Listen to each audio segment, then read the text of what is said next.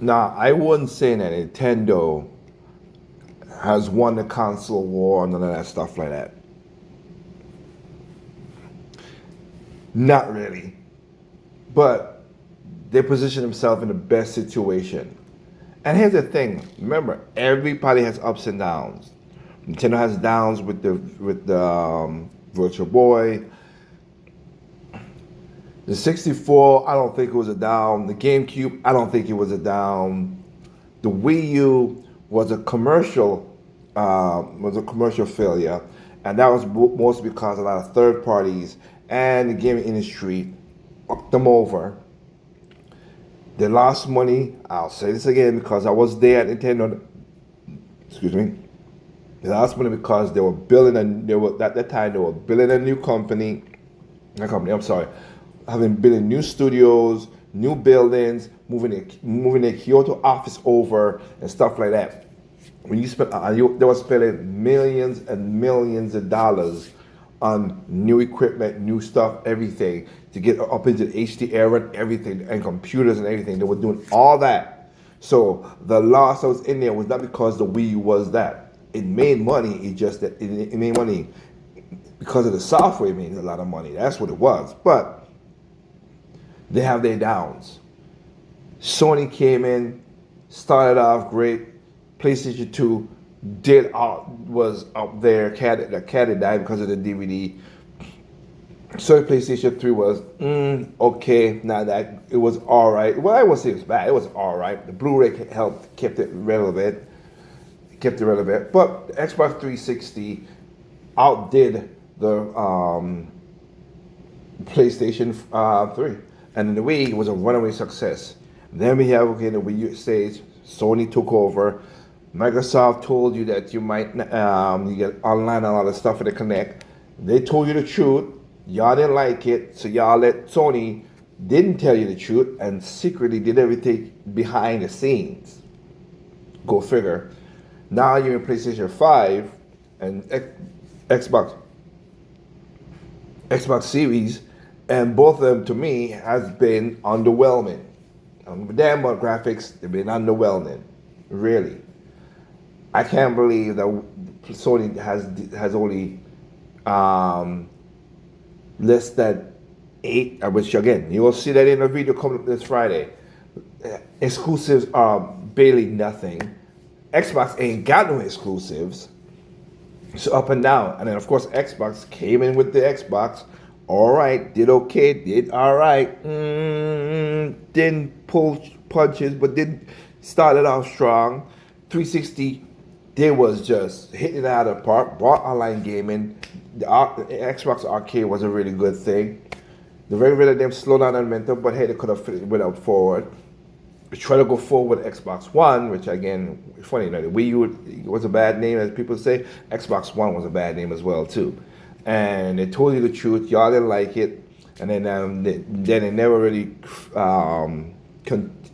The momentum got slowed down.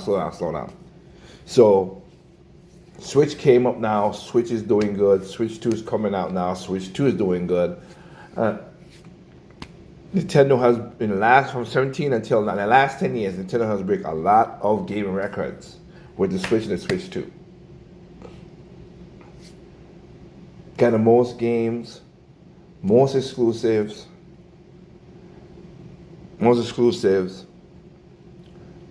had released 10 games in the first year of the Switch 2, which was the best launch year of any console. All the games sold 1 million within the first year. All the games, not one, not two, not three, not four. All, which Sony and Microsoft will kill them mama to have. Switch 2 just came out, fastest selling console of all time. No ifs or ands or buts about it. And between the two of those consoles, many things have happened. But pointing out what's going on in the industry now. Human beings fired on a random Tuesday morning, just completely erased from Microsoft's payroll before lunch. Then 292 more developers gutted from Bungie over at Sony the same week. Meanwhile, Nintendo, the company everyone spent the last decade calling outdated, irrelevant, and technologically embarrassing, is Mm-hmm. sitting in the corner counting money and genuinely does not give a single damn about any of it. The Damn right. entire high-end AAA video game industry is violently soiling itself in real time, and the weird kid who refused to play the tech arms race game just inherited the earth. I need to say something clearly before we go any further because I know what this video looks like from the outside. This is not a Nintendo fanboy video. I do not glaze this company. They are a ruthlessly litigious conglomerate that will deadass sue a teenager into bankruptcy for making a fan game. They spent Yeah. Make your own game. They should. Make your own shit. Because again, I love how fans say this. What if they was in that same situation, they would be pissed problem. They will be really like, yeah, you did the exact same thing. So stop it. Again, I hate that thinking. Whatever. years being opaque about conflict mineral sourcing in their supply chain. They sold Yep. us Joy-Cons with a manufacturing defect for an entire generation and called it a Yeah. So they Sony and Microsoft. At least they gave you. I'm not denying it. Again, I hate these videos that you get these videos and they're like they gotta pretend. Oh well, Nintendo is perfect. No, I know Nintendo is not perfect. Nobody said Nintendo is perfect. There's no perfect. But compare again, like Kanoshi says, compared to what? The PlayStation has drift issues, and it's harder to get the sticks fixed for them. Barely anybody makes any videos about that. Xbox has it, and Xbox uses batteries instead of rechargeable batteries.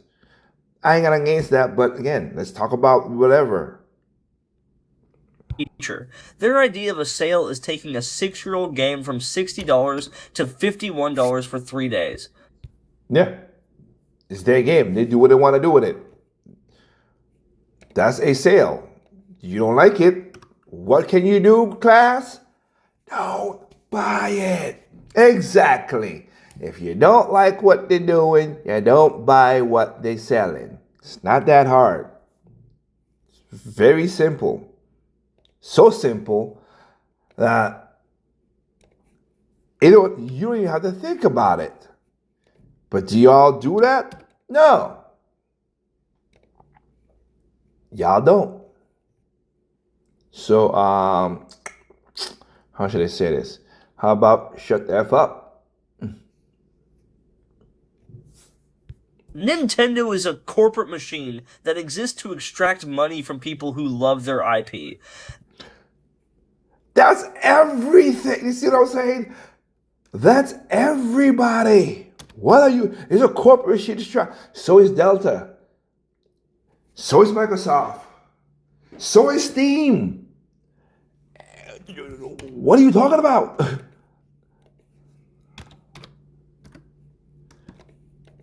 So is your mortgage company or your rent company. They're a corporation or company that's extracting money of what they got. Duh. That's called life. Put on your big boy pants and get a life. They are not your friend. They are not the ethical alternative to Sony and Microsoft in any There's no ethical alternative to nothing in gaming. Stop it. deep structural sense. But in an There's none. industry that is currently eating its own institutional knowledge to satisfy quarterly earnings reports, Nintendo is the only hardware manufacturer left that is not functionally brain dead. They won the console war, not by being better, but by being the last one standing while the competition destroyed itself. Today we are going through exactly how Really? that happened. The price ceiling that has made Not being better, being the only console that has majority physical. Their games are highly rated. Their online is the cheapest out of all three consoles, except for Steam. We know all about that, but I'm talking about the consoles. They're the only company that puts out more first-party games than any other consoles. None of that makes a difference, brother. None. I tell you, boy. I tell you, some people. Whew. mainstream console gaming unaffordable. The law of diminishing returns that is killing AAA development. The physical media catastrophe, and what Nintendo's position on it means for the future.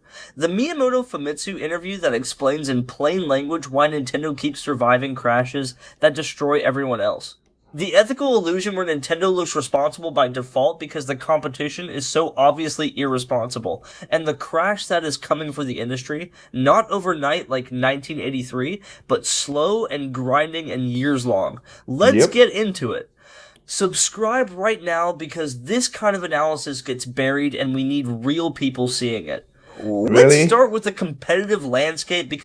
So far, some of the analysis you've done up front kind of feels wonky to me, but let's see what you say. You got a whole 17 minutes to go. Let's see if you make sense, bro. Because the Sony versus Microsoft narrative that has defined gaming media coverage for 20 years is now completely meaningless.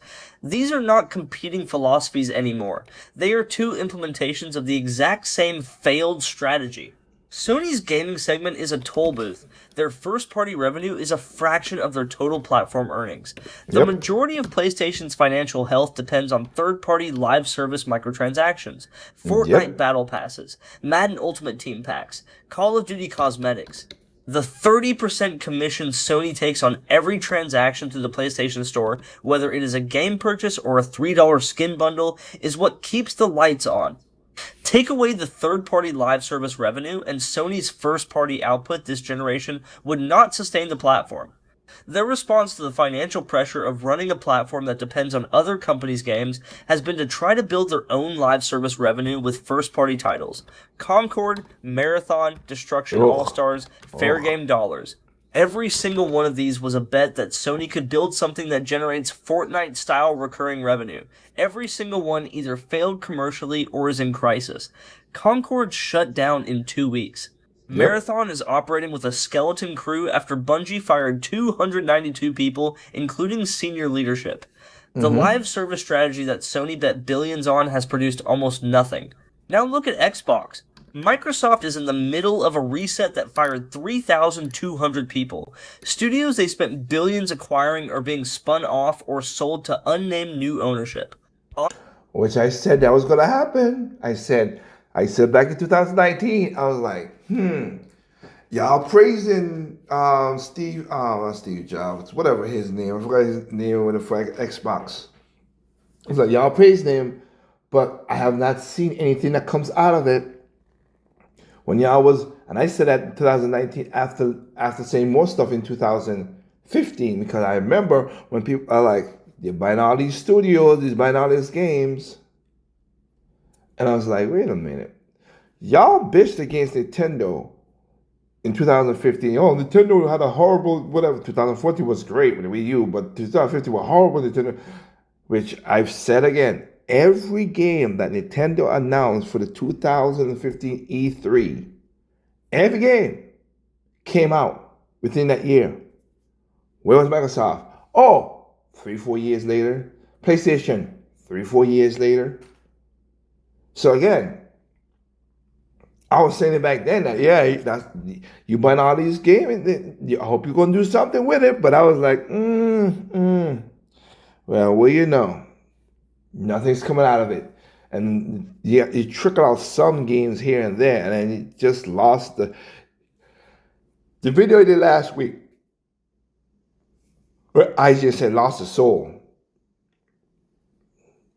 Xbox has put out games and play Sony, as you just name out, that have soulless games. There's no soul in them. And Nintendo has some of them too. I'm not saying they don't. Nintendo have some too. But let's be honest with it though. Asha Sharma is describing the gaming business as not healthy and operating at margins 3 to 10 times lower than comparable platform businesses. Hardware revenue is down 29%, content and services revenue declining, 200 million new users who are not spending money.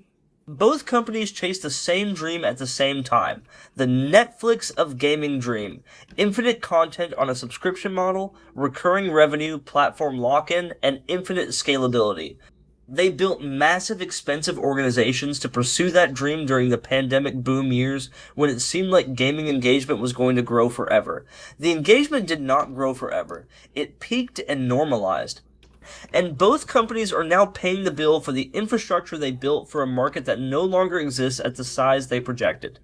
They are two peas in the same corporate pod, sitting on the same failed philosophy with different logos on the box.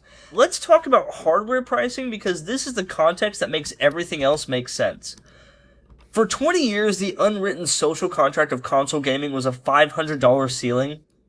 The PS3 launched at $600 in 2006, and it was a genuine PR catastrophe. Sony spent the next 3 years walking back that price point, releasing cheaper configurations, and repeatedly cutting the cost to rebuild momentum.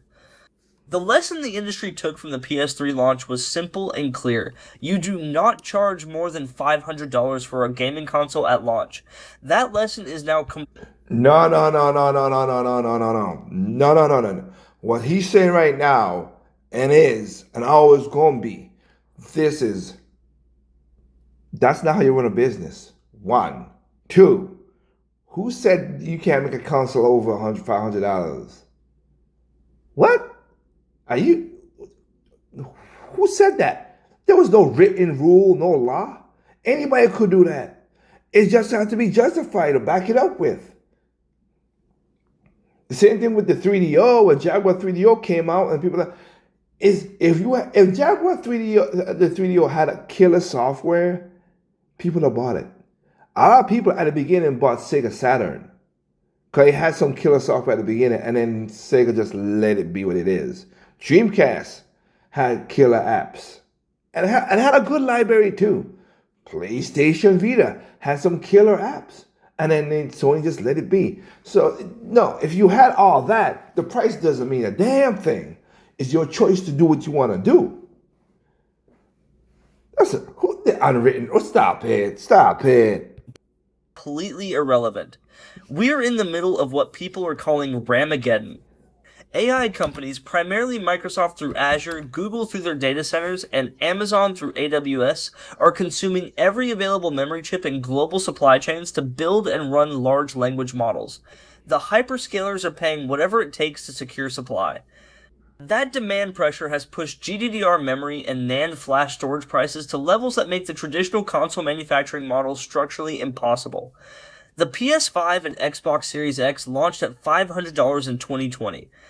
6 years into the generation, when historically hardware should be at its cheapest as manufacturing costs normalize and economies of scale kick in, both Sony and Microsoft have raised prices. The PS5 Pro launched at... Yes, because you said it, and a lot of people said it in their video too. It could have been cheaper because has it normalized? No, it has not. It's volatile. That's the difference. Other times was normalized. It ain't normalized this time. With the pandemic and everything, it changes everything. You had a graphics card rush when the pandemic happened, and now you got the NAND flash and the memory rush right now. Nothing's normal. This is abnormal. So if it's abnormal, you're not gonna get the usual settings. Okay? I'm just saying, let's be honest about it. $899 without a disk drive.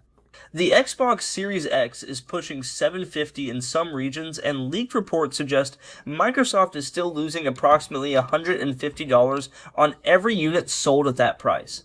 That's the their Steam fault. machine that Valve built for their Bellevue-based PC gaming push was supposed to launch at $700 as a mainstream alternative to traditional consoles.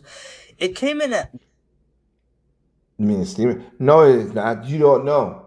Y'all guess. I remember because I did a video, and who was correct? Who was correct? When I remember when everybody's like, oh, they're gonna do a Steam machine. It's gonna be $750, and no, it wasn't. I said it was that.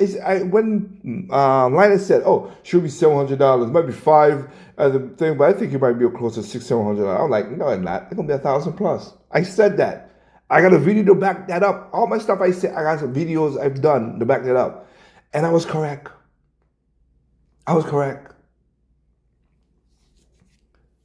Because I see things. The thing about it is, there's some stuff I see inside that I can see and some of y'all can't see. I do get that. There's some things because of me owning a company and been in the meeting rooms and talking to developers from Sony, which I'm still on a contract with, but with Sony, been to Nintendo's Kyoto office, see what's going on and how they make their games, talk to them. Ubisoft, EA, ugh,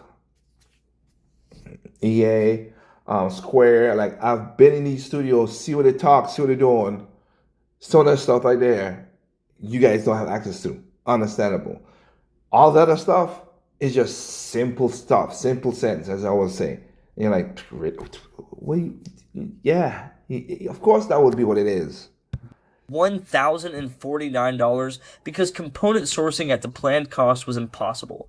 The most relaxing game for left-brained thinkers. Possible.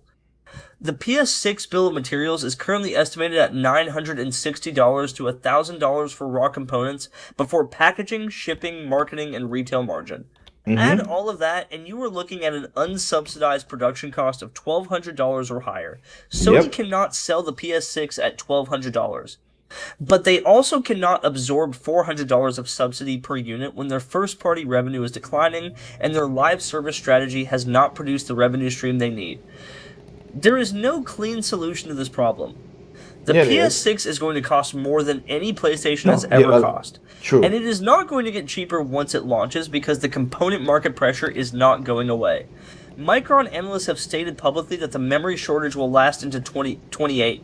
The tariff environment disrupting global supply chains is adding additional cost pressure that has nothing to do with chip demand. This is the environment Nintendo has to compete in. And here's the thing. The Switch 2 launched at $449 in June 2025. But in a market where the competition is approaching $1,000 for base hardware, the Switch 2 looks like the deal of the century. The affordability gap between Nintendo and the premium consoles is not going to close. Nintendo runs on lower spec hardware that costs less to manufacture. They do not need cutting edge GDDR memory running at console destroying bandwidth because their games do not require it. The games they make are designed around the hardware constraints they choose to work within. Correct. That design philosophy is what keeps them affordable when the rest of the industry cannot be. Nintendo opted out of the graphical arms race after the GameCube, and it was the smartest strategic decision any console manufacturer has made in the last 20 years. The GameCube was objectively more powerful than the PS2. It was technologically superior hardware. And it finished third in that generation's commercial competition. That failure broke something in Nintendo's strategic thinking, and No. You've been to my channel, you heard me say it multiple times. It wasn't that reason why they did that. It was because Yamauchi was like, wait. We gave you everything you third parties freaking want, and this is how you treat us. F you. Let's go there. Let's go a different way. That is why I think if Yamauchi was still alive when the Wii was coming out, he would have told Iwata, no. Let's not give third parties a second chance again. They screwed us over majorly, and I'm not doing this with them. No. But don't pay. I'm not gonna pay. Yamauchi did pass away at that time, and Iwata went that way. Trying to, as I said before, give an olive branch, but literally EA and Ubisoft and all them suckers took the olive branch and beat the shit out of them. Like, yeah, you should have never did that. And then you got to add on, of course, the game media that became shittier and shittier as we are right now. They rebuilt their entire hardware philosophy around accessibility instead of power. The Wii was underpowered by every technical metric that mattered to the hardware enthusiasts, and it sold over 100 million units. The lesson they took was that graphical fidelity is a trap. Players say they want the most realistic visuals. The Western AAA industry never learned this lesson. They kept chasing graphical showcase goals, 8K resolution, path tracing, physically based rendering so detailed you can count individual hairs, photorealistic sweat physics, performance modes, quality modes, ray tracing at the cost of frame rate. And the result is that the average development cycle for a major first-party Sony or Microsoft title is now 7 to 9 years. Naughty Dog has not released a single new original IP on PS5 in 6 years of the console's existence. The studio that made Uncharted 4 and The Last of Us Part 2, two of the most commercially and critically successful games of the PS4 era, has been silent for an entire console generation chasing photorealistic detail for a game we might see in 2027. This is not sustainable. You cannot build a platform around 3 games per decade. You cannot ask people to spend $1,000 on Exactly. hardware that has 2 or 3 genuinely must-play exclusives in its entire commercial lifespan. Nintendo's release output in a slow And that's why I say that. That's why I said, if I don't got 10 games or stuff, I'm not buying a console. I bought a PlayStation. I have 15 games now for PlayStation 5. But if I didn't have enough games to validate the purchase, then sorry, I'm not buying it. And you should do the exact same thing for Nintendo. If your preference shows games that you do not see, if just one, there was never one. I'll say this, and I'll say this again. As much as a Nintendo fan I am, there was not one game that made me say, "Oh, I have to buy this Nintendo console for that one game." I bought every console with my money since I could buy consoles, just like with the Dreamcast, just with the PlayStation Vita. I bought the Dreamcast because I know at that time I was into fighting games like crazy. I'm like, damn, Marvel vs. Capcom 2, Rival Schools, Sonic Battle, but Sonic Ventures was really good. But the Dreamcast was already out, so Sonic Adventures, I was going to pick it up because I wanted to get that later on, whatever. Capcom vs. SNK 1, Capcom vs. SNK 2, I was like, oh my goodness, see, I got to buy me a Dreamcast. Vita's, I was, different thing, but I saw games in there, I was like, oh, 10 games, bada bing, bada boom, I like it. I like certain things, most of the Japanese style games that would never come into the things. So Sony was going to sell them. I was like, well, that's a good Japanese game and it ain't coming, so let me just go ahead and buy it. And bada bang, I got it. I bought a Nintendo console because I know I'm gonna get me a Mario Kart. I know I'm gonna get me a Zelda. I know I'm gonna get me a Mario. I know I'm gonna get me some kind of quirky game that I know they're gonna come up with. I know they was gonna come up with these kind of games. I know I might get me a good Kirby game. Like, I know those were gonna come. So that's why I bought a console. It was not, oh, I bought this game just because of this. It's because I know I'll give me a Smash, a Mario, a Zelda, maybe a Metroid. Maybe a Metroid. I'll say that. Mario Kart. A new type of game that that Nintendo will pull out. They pull out several, like a Box Boy or Splatoon, which now is coming a thing. Like for the Wii, I bought ARMS. ARMS was fun. I bought ARMS because ARMS was a fun game. A new IP from them, it was a fun game. So that's what it was. That's why I buy a Nintendo console. Not for no damn one game. That's crazy. Y'all do that, that's whatever. But if you don't see that in Nintendo, then you should not buy a Nintendo console. I agree with anybody out there. It's too kiddie for you. Don't buy a Nintendo console. I don't see the games that I like. Do not buy a Nintendo console. Nintendo's practices compared to the other companies, but whatever. Yeah. Don't buy a Nintendo console. Oh, the graphics is not perfect. It's not state of the art, powerful. Don't buy that console. You have legitimate reasons to not buy a Nintendo Switch 2. Do that. Me? No. Summer includes Rhythm Heaven Groove and Star Fox and Splatoon Raiders and DLC for ongoing titles. Yes, there is filler. Not everything in their pipeline is essential, but the pipeline is always moving. There is always something new to play. Shigeru Miyamoto gave an interview to Famitsu for their 40th anniversary, and it is genuinely the clearest explanation of why Nintendo keeps surviving industry crashes that you will find. He said explicitly that Nintendo does not start a project by looking at what is trending in the industry. They start with the question of who they are making this for. They prioritize software accessibility. He approaches development with language about depreciation and recouping costs in ways that sound old-fashioned, but reflect a genuine understanding that games are art first and product second. No Scorpion Vest! He said something that should be permanently pinned to the wall of every executive at Sony and Microsoft. He said they are perfectly willing to take massive financial hits to protect the integrity of the IP. Yep. Look at Metroid Prime 4, announced at the launch of the Switch 1 era. Development started, they looked at the early builds and hated them, scrapped the entire project, handed it to Retro Studios in Texas, rebuilt it from scratch over more than half a decade, released it on Switch 2. They lost millions on that development cycle. But they did not release a bad Metroid game to hit a financial timeline. Exactly.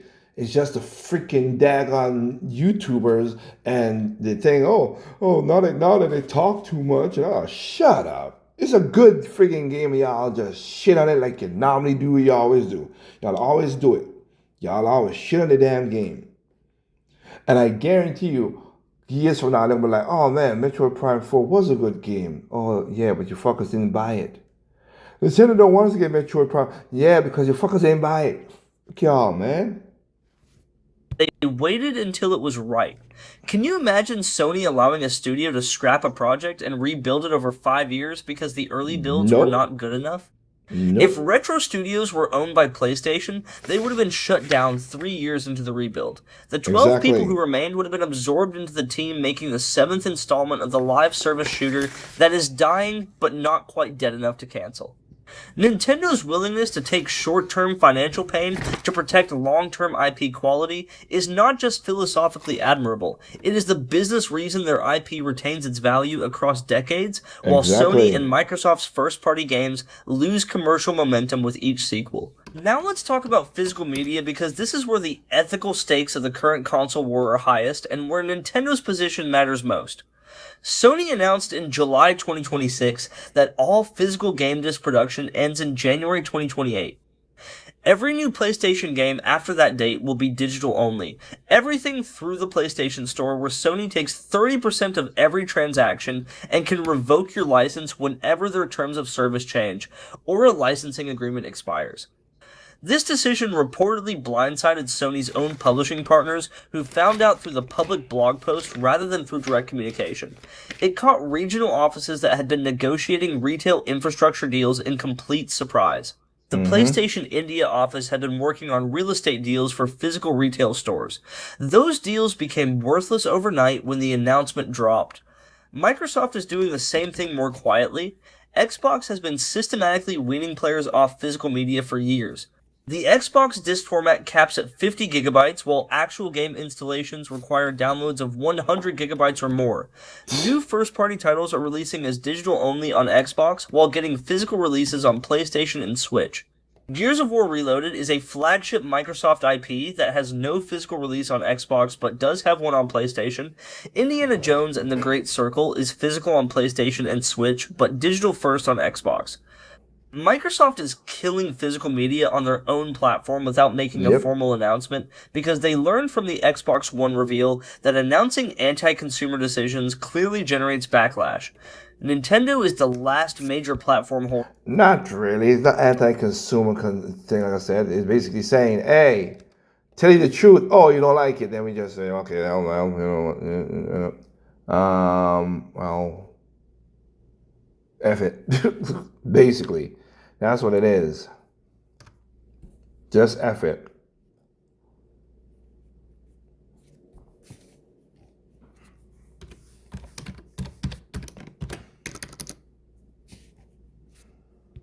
for maintaining genuine physical media. Yes, the game keycard debate is real and legitimate. Many Switch 2 physical releases are keycards that contain no actual game data and trigger a mandatory download from the eShop when you insert them. That is frustrating. Buying a physical object and then having Yes. If Nintendo had not told you that before and it was like put together like that, then I agree with everybody's frustration. But they told you from day one what the frig it was, and compared to all the other shit, like what Grand Theft Auto 6 is putting out, a code in the box, and also a code in the box that could expire, miss me with the bullshit. I'll take a key card any day, every day, any day over this other than that bullshit. I'll take it over digital, and I'll take it over code in the box. Key fully on the game, key card is right there next beside it. PlayStation install, then because I don't have an Xbox, so I'll go for me. PlayStation installs. That's it. and digital for indie games. That's indie games basically digital. So 40 games on a cartridge, number one. Key cards, number two. PlayStation install, number three. Digital games, mostly indie, number four. That's my tier list. That's it. Outside of that, I ain't buying nothing from nobody. No code in the box, and no online from major game like Pragmata. I have a key card. It literally is a digital game, but I'm not gonna buy it digitally anyway. So no. To download the game anyway eliminates much of the benefit of physical ownership, including offline access and storage savings. But It's the same thing with the cartridge. You can't access it. You only got to access it. There's two ways. It does a download, right? It does a download from the internet, or you could download from another switch if the other switch has the game. If the other switch has the game, you could download from them to install the game on your switch too, and play the game without no problem. If you don't have internet, say that. But here is the critical distinction. A game keycard is still better than a purely digital license in several meaningful ways. It is a physical proof of purchase that exists independently of the company's servers. It represents something real that you hold. And critically, Nintendo still releases fully loaded physical cartridges for their first-party titles and for many third-party games. Sony's approach eliminates the format entirely for all games from all publishers starting in 2028. There is no Nintendo equivalent to that. Nintendo will still be selling cartridges when Sony is telling you to download everything. Why does Nintendo maintain physical media when it costs more and generates lower margins per unit than digital sales? it's with this going on right now, it's their gimmick. And again, will Nintendo go all the digital in the future? Yes, they will. It's inevitable, and I'm not gonna be. I'm like, I may make one or two videos, be like, it sucks, it's ending, blah blah blah. But I won't be angry because the number one reason why this shit is happening is because of gamers. People always say, "Oh, the corporations." If you don't do what the corporations do, they won't fall. They will have to change, or they will have to acquiesce to your request because you're the customer that gives them money. If you don't give them money, then they'll go bankrupt. Very simple. Because they understand retail presence in a way that Sony and Microsoft have stopped thinking about. Nintendo doesn't just sell games in stores, they also sell amiibos carrying cases, controllers, and Joy-Con grips and handheld accessories. They have entire sections of Target and Walmart and GameStop dedicated to Nintendo merchandise. Yep. Sony selling their games through a digital-only storefront means they are invisible to the casual shopper walking through the electronics section. Yep. Still begging for that coin is cans? true. Nintendo's physical retail presence means a child walking through Walmart with their parent can see a game on a shelf, hold the box, Yep. and create a purchasing moment that the PlayStation Store can't replicate. Splatoon True. Raiders moved 500,000 physical copies in its first week in Japan alone. Rhythm Heaven moved comparable numbers. Let me be very direct about something because I want to be honest about what Nintendo's apparent ethical advantage actually is and is not. Nintendo looks like the most responsible company in gaming right now. They are increasing employee compensation. They are maintaining physical media. They are building games instead of firing the people who make them. They are growing their headcount instead of shrinking it. But a significant portion of this appearance is default. They look responsible primarily because the competition is so visibly irresponsible. Nintendo True. charges $80 for Mario Kart World. They are in the middle of a federal lawsuit for double dipping on tariff refunds, Only for the Switch 1. Because they didn't double it on the Switch 2. And if y'all want to argue that one, go ahead and take it. But only in the Switch 1 and the Switch Lite. They did put a price because of the tariffs, because the Switch 2 was the $499 was $499, $49.99 was $499. So what are you doing? You can't do nothing about that. And then now with the RAM and everything else, you can't argue about that either. consumers for tariff costs and then suing the government to recover those same costs while keeping the consumer prices elevated. They have a history of Yeah. shutting down fan projects and emulation efforts that do many players genuinely value for preservation purposes. They're No, they don't. Stop it. You see, I like how you guys are. It's like y'all. Nintendo is not a perfect company. Talk about like I've done in this whole video. There's some things that was bad that they did and whatever. Yeah, but the stuff that y'all bring up is the same regurgitated stuff that you hear from other people to put it in there. We preserving. You want to preserve it? Buy the console, hold on to the games, and I'm talking about all consoles, not just Nintendo. Hold on to the games and play them whenever. You can play them anytime, every time, whatever. You want to emulate? Okay. Emulate the game, have fun, get ever drive, do all that. I'm not against that. You start selling the shit, that's illegal.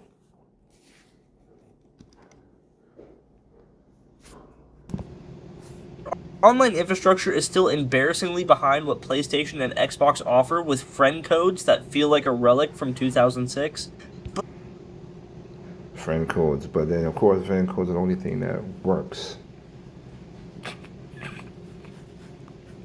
And cheaper than the others. Cheap online. And the voice chat works. You can't make this shit up. But look at the contrast at the executive level. Nintendo President Shuntaro Furukawa gave an investor Q&A where he talked specifically about cultivating talent and preserving Nintendo DNA, which he defined as originality, flexibility, and sincerity.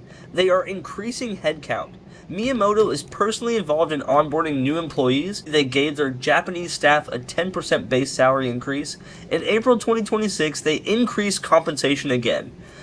Furukawa explicitly said that giving employees peace of mind is more important to the creative process than performance-based volatility.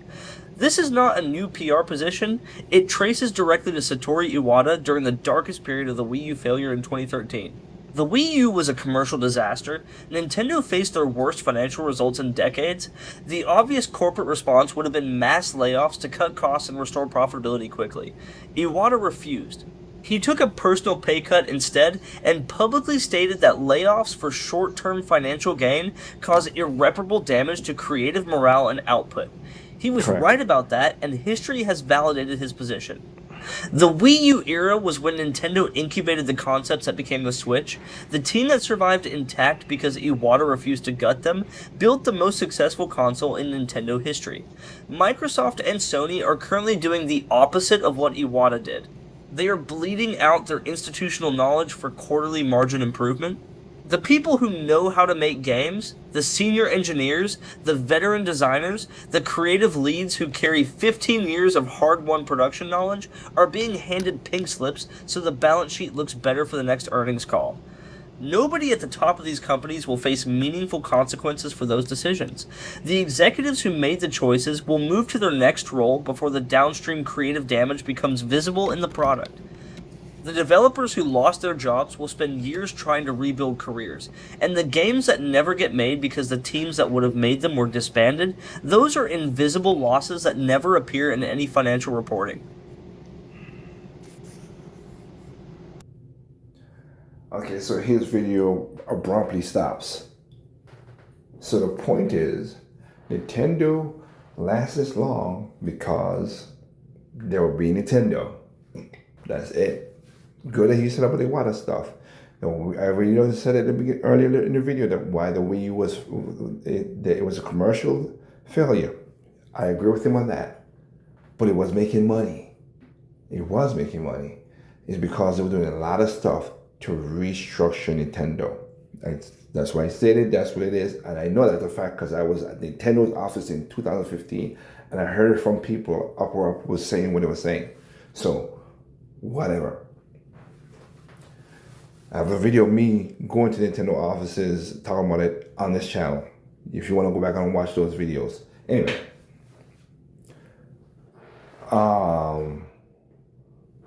But that's what it is, difference. Sony, Microsoft, again, and all, like I said before, with the whole online thing that he just stated, I'm like, man, bro, stop. Stop the BS.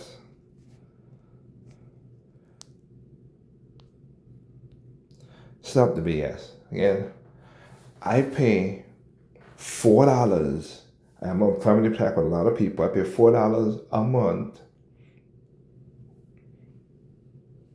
Well, no, it's even less than that per se, technically, but a month. But let's go with if it was me by myself, a month to play games online if I wanted to, play Nintendo's online backlog catalog if I want to, and have a chat system which I have not used, but from now that everybody's off the daggone hate Nintendo rate stuff, there's some people still doing because you still it's just human nature to hate things that are good. We know that, but that no. The chat system now, everybody's like, you know what? It's better than the Discord. This thing's better than Sony. There you go. So whatever. Nintendo is winning because Nintendo is Nintendo. 2 years from now, will things change? Yes, it will. Because I guess, like he said and I said in the video, it's volatile right now. It's not normal. It's not serene. Anything could change. A war could break out. Prices could happen. A lot of shit could happen. We don't know. Right now, as a man right now, you got 2 more weeks before you buy a Switch before it goes up in price. Y'all call. Y'all want to buy it? Buy it. You don't have to buy it. You could just let it be. If you want to get it, this perfect time right now. You got some great games out there. Great games. Star Fox, Rhythm Heaven, Poketopia, Miitopia, Metroid Prime 4, Kirby's Air Rides, Mario Kart World, Zelda, both Zeldas, 3 Xenoblades, the Switch 2 version, Kirby and Forgotten Land, Switch 2 edition, Donkey Kong. You have plenty of games, good third parties too as well. So with you got Hades with Indie, you got Pragmata, you got Monster Hunter Story 3, you have